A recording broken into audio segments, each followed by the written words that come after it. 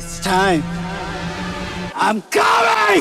ನಿಜವಾದ ಆಟ ಈಗ ಶುರು. ಕೆಜಿಎಫ್ ಆದ್ಮೇಲೆ ಯಶ್ ಮುಂದೆ ಇದ್ದ ಪ್ರೆಷರ್ ಸಾಮಾನ್ಯವಾದ ಪ್ರೆಷರ್ ಅಲ್ಲ. ಆ ಒಂದು ಕನ್ನಡದ ಸಿನಿಮಾ ಇಡೀ ಇಂಡಿಯನ್ ಫಿಲ್ಮ್ ಇಂಡಸ್ಟ್ರಿಯನ್ನೇ ಶೇಕ್ ಮಾಡಿತ್ತು. ಒಬ್ಬ ಕನ್ನಡದ ಹೀರೋ ಅನ್ನೋ ಇಮೇಜ್ ನಿಂದ ಪ್ಯಾನ್ ಇಂಡಿಯಾ ಸೂಪರ್ ಸ್ಟಾರ್ ಅನ್ನೋ ಲೆವೆಲ್ಗೆ ಯಶ್ ಹೋಗಿದ್ದರು. ಅಂತಹ ಸಿಚುಯೇಷನ್ ನಲ್ಲಿ ಮುಂದಿನ ಸಿನಿಮಾ ಸೆಲೆಕ್ಟ್ ಮಾಡೋದು ಅಂದ್ರೆ ಅದು ಕೇವಲ ಸಿನಿಮಾ ಆಯ್ಕೆ ಅಲ್ಲ, ಕೆರಿಯರ್ ನ ನೆಕ್ಸ್ಟ್ ಚಾಪ್ಟರ್ ಡಿಸೈಡ್ ಮಾಡೋ ಒಂದು ಡಿಸಿಷನ್. ಹಾಗಾಗಿ ಕನ್ನಡದ ಸಿನಿ ಅಭಿಮಾನಿಗಳಿಗೆ ಈ ಪ್ರಶ್ನೆಗಳು ಬರೋದಂತೂ ಸಹಜ. ಕೆಜಿಎಫ್ ನಂತರ ಯಶ್ ಅವರು ಯಾಕೆ ಇಷ್ಟು ಲಾಂಗ್ ಬ್ರೇಕ್ ತಗೊಂಡ್ರು? ಯಾಕೆ ಒಂದು ಲೇಡಿ ಡೈರೆಕ್ಟರ್ ಗೀತಾ ಮೋಹನ್ ದಾಸ್ ಜೊತೆ ಸಿನಿಮಾ ಮಾಡೋ ರಿಸ್ಕ್ ತಗೊಂಡಿದ್ದಾರೆ? ಮತ್ತು ಈ ರಿಸ್ಕ್ ನಿಜವಾಗಿಯೂ ವರ್ಕ್ ಆಗ್ತಿದೆಯಾ? ಟಾಕ್ಸಿಕ್ ಟ್ರೇಲರ್ ನೋಡಿದ ಮೇಲೆ ನನ್ನ ಆನ್ಸರ್ ಒಂದೇ, ಹೌದು. ಯಶ್ ಮಾಡಿರೋ ರಿಸ್ಕ್ ಸರಿಯಾಗಿಯೇ ಕಾಣ್ತಿದೆ. ಎಲ್ರಿಗೂ ನಮಸ್ಕಾರ, ಇದು ಕತೆ ಸ್ಟುಡಿಯೋ. ಇವತ್ತಿನ ವಿಡಿಯೋದಲ್ಲಿ ಟಾಕ್ಸಿಕ್ ಬಗ್ಗೆ ಟ್ರೇಲರ್ ನಮಗೆ ಹೇಳಿದ ವಿಷಯಗಳಿಗಿಂತ ಅದು ಹೇಳದೆ ಉಳಿಸಿದ ವಿಷಯಗಳ ಬಗ್ಗೆ ಮಾತನಾಡೋಣ. ಯಾಕಂದ್ರೆ ನಿಜವಾದ ಆಟ ಈಗ ಶುರು. ನಾನು ಈ ಮಾತನ್ನು ಹೇಳೋದಕ್ಕೂ ಒಂದು ಕಾರಣ ಇದೆ. ಕೆಜಿಎಫ್ ಚಾಪ್ಟರ್ 2 ರಿಲೀಸ್ ಆದ್ಮೇಲೆ ಯಶ್ ಬಳಿ ಆಪ್ಷನ್ಸ್ ಕಡಿಮೆ ಇರಲಿಲ್ಲ. Big directors, big production houses, pan India level ನಲ್ಲಿ ಹಲವಾರು ಆಫರ್ಸ್ ಬಂದಿರೋದು ನಿಜ. ಆದ್ರೆ ಯಶ್ ತಕ್ಷಣ ಸಿನಿಮಾ ಅನೌನ್ಸ್ ಮಾಡಲಿಲ್ಲ. ಕೆಜಿಎಫ್ ನಂತರ ಅದೇ ಫಾರ್ಮುಲಾ ರಿಪೀಟ್ ಮಾಡೋದು ತುಂಬಾ ಈಸಿ ಆಗಿತ್ತು.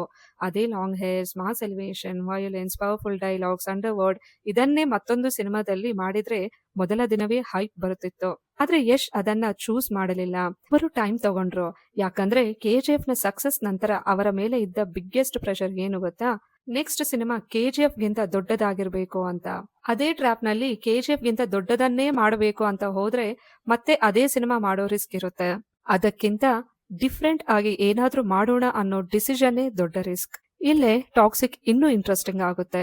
ಯಶ್ ಅವರ ಬಿಗ್ಗೆಸ್ಟ್ ಸಕ್ಸಸ್ ಕೆಜಿಎಫ್, ಅದರಲ್ಲಿ ಮಾಸ್ ಡೈರೆಕ್ಟರ್ ಪ್ರಶಾಂತ್ ನೀಲ್, ಮತ್ತೊಂದು ಕಡೆ ಟಾಕ್ಸಿಕ್ ಡೈರೆಕ್ಟರ್ ಗೀತಾ ಮೋಹನ್ ದಾಸ್. ಅಂದ್ರೆ ಯಶ್ ಅವರು ಮಾಡಿದ್ದೇನು ಅಂತಂದ್ರೆ ಆಲ್ರೆಡಿ ಪ್ರೂವೆನ್ ಫಾರ್ಮುಲಾ ಬಿಟ್ಟು ಕಂಪ್ಲೀಟ್ಲಿ ಡಿಫ್ರೆಂಟ್ ಕ್ರಿಯೇಟಿವ್ ಸ್ಪೇಸ್ಗೆ ಹೋದರು.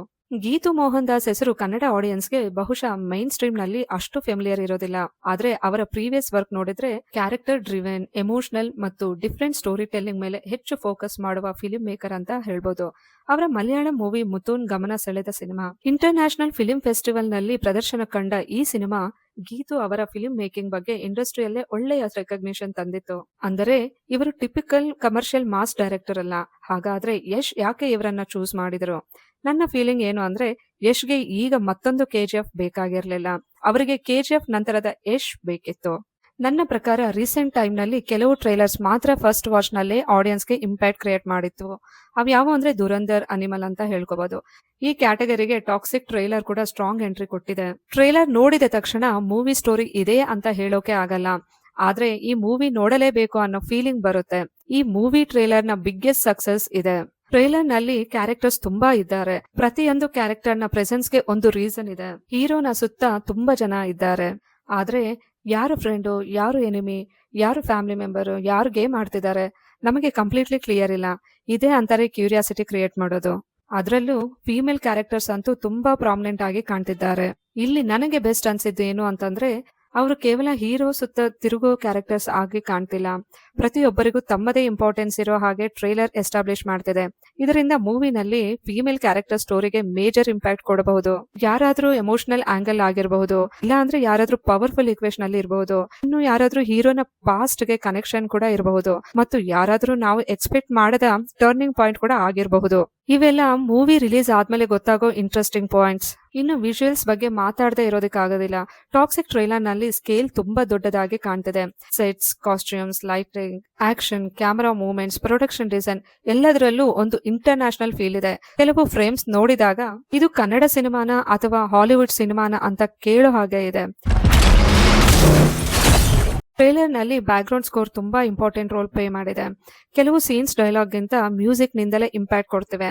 ಬ್ಯಾಂಡಿಂಗ್, ರಿದಮ್, ಸೌಂಡ್ ಡಿಸೈನ್ಸ್ ಇವೆಲ್ಲ ಸೇರಿ ಟ್ರೈಲರ್ ಗೆ ಒಂದು ಡಾರ್ಕ್, ಸ್ಟೈಲಿಶ್ ಅಟ್ಮಾಸ್ಫಿಯರ್ ಕೊಡ್ತಿವೆ. ಯಶ್ ಅವರು ಈಗ ಕೇವಲ ತಮ್ಮ ಕೆರಿಯರ್ ನ ನೆಕ್ಸ್ಟ್ ಲೆವೆಲ್ ಬಗ್ಗೆ ಮಾತ್ರ ಯೋಚಿಸ್ತಿಲ್ಲ, ಅವರು ಕನ್ನಡ ಸಿನಿಮಾನ ನೆಕ್ಸ್ಟ್ ಲೆವೆಲ್ಗೆ ತಗೊಂಡು ಹೋಗ್ಬೇಕು ಅನ್ನೋ ಆಂಬಿಷನ್ ಕೂಡ ಇದೆ. ಕೆಜಿಎಫ್ ಮೂಲಕ ಕನ್ನಡ ಸಿನಿಮಾಗೆ ಪ್ಯಾನ್ ಇಂಡಿಯಾ ಮಾರ್ಕೆಟ್ ತೋರಿಸಿಕೊಟ್ಟ ಯಶ್ ಈಗ ಟಾಕ್ಸಿಕ್ ಮೂಲಕ ಅದಕ್ಕಿಂತ ದೊಡ್ಡ ಆಡಿಯನ್ಸ್ ನ ಟಾರ್ಗೆಟ್ ಮಾಡ್ತಿರೋ ಹಾಗೆ ಕಾಣ್ತಿದೆ. ಅದಕ್ಕಾಗಿಯೇ ಕನ್ನಡ ಜೊತೆಗೆ ಇಂಗ್ಲಿಷ್ ವರ್ಷನ್ಗೂ ಇಂಪಾರ್ಟೆನ್ಸ್ ಕೊಡಲಾಗಿದೆ. ಇದು ಜಸ್ಟ್ ಲ್ಯಾಂಗ್ವೇಜ್ ಚೇಂಜ್ ಅಲ್ಲ, ಗ್ಲೋಬಲ್ ಆಡಿಯನ್ಸ್ ನ ಮೈಂಡ್ ನಲ್ಲಿ ಕನ್ನಡ ಸಿನಿಮಾ ಅನ್ನೋ ಐಡೆಂಟಿಟಿ ಇನ್ನಷ್ಟು ಸ್ಟ್ರಾಂಗ್ ಮಾಡೋ ಪ್ರಯತ್ನ. ಮತ್ತು ಇದೇ ಯಶ್ ಅವರು ತೆಗೆದುಕೊಂಡಿರುವ ಬಿಗ್ಗೆಸ್ಟ್ ರಿಸ್ಕ್ ಕೂಡ. ಯಾಕಂದ್ರೆ ಗ್ಲೋಬಲ್ ಆಡಿಯನ್ಸ್ ಗಾಗಿ ಸಿನಿಮಾ ಮಾಡೋದು ಅಂದ್ರೆ ನಮ್ಮ ಲೋಕಲ್ ಆಡಿಯನ್ಸ್ ನ ಎಕ್ಸ್ಪೆಕ್ಟೇಷನ್ಸ್ ಕೂಡ ಸ್ಯಾಟಿಸ್ಫೈ ಮಾಡಬೇಕು. ಅದೇ ಸಮಯದಲ್ಲಿ ಇಂಟರ್ನ್ಯಾಷನಲ್ ಆಡಿಯನ್ಸ್ ಗೂ ಕನೆಕ್ಟ್ ಆಗ್ಬೇಕು. ಈ ಬ್ಯಾಲೆನ್ಸ್ ಟಾಕ್ಸಿಕ್ ಎಷ್ಟು ಚೆನ್ನಾಗಿ ಹ್ಯಾಂಡಲ್ ಮಾಡಿದೆ ಅನ್ನೋದು ರಿಲೀಸ್ ಆದ್ಮೇಲೆ ಗೊತ್ತಾಗುತ್ತೆ. ಈಗ ಸದ್ಯಕ್ಕೆ ಟಾಕ್ಸಿಕ್ ಟ್ರೇಲರ್ ಅಂತೂ ಕ್ಯೂರಿಯಾಸಿಟಿ ಕ್ರಿಯೇಟ್ ಮಾಡೋದ್ರಲ್ಲಿ ಕಂಪ್ಲೀಟ್ ಆಗಿ ಸಕ್ಸಸ್ ಆಗಿದೆ. ಟಾಕ್ಸಿಕ್ ಏನು ಅನ್ನೋದಕ್ಕಿಂತ ಟಾಕ್ಸಿಕ್ ನಲ್ಲಿ ನಿಜವಾಗಿ ಏನು ನಡೆಯುತ್ತಿದೆ ಅನ್ನೋ ಕ್ವೆಶನ್ ಈಗ ಆಡಿಯನ್ಸ್ ಮನಸ್ಸಲ್ಲಿದೆ. ಒಂದು ವೇಳೆ ನಿಮಗೂ ಟಾಕ್ಸಿಕ್ ಟ್ರೇಲರ್ ನೋಡಿ ಇದು ಬೇರೆ ಲೆವೆಲ್ ಸಿನಿಮಾ ಆಗಬಹುದು ಅನ್ಸಿದ್ರೆ ಕಮೆಂಟ್ ಬಾಕ್ಸ್ ನಲ್ಲಿ ಒಂದು ಬಿಗ್ ಥಮ್ಸ್ ಅಪ್ ಹಾಕಿ. ಪ್ರಿಡಿಕ್ಷನ್ ಏನು ಅಂತ ಕೂಡ ಕಮೆಂಟ್ ಮಾಡಿ.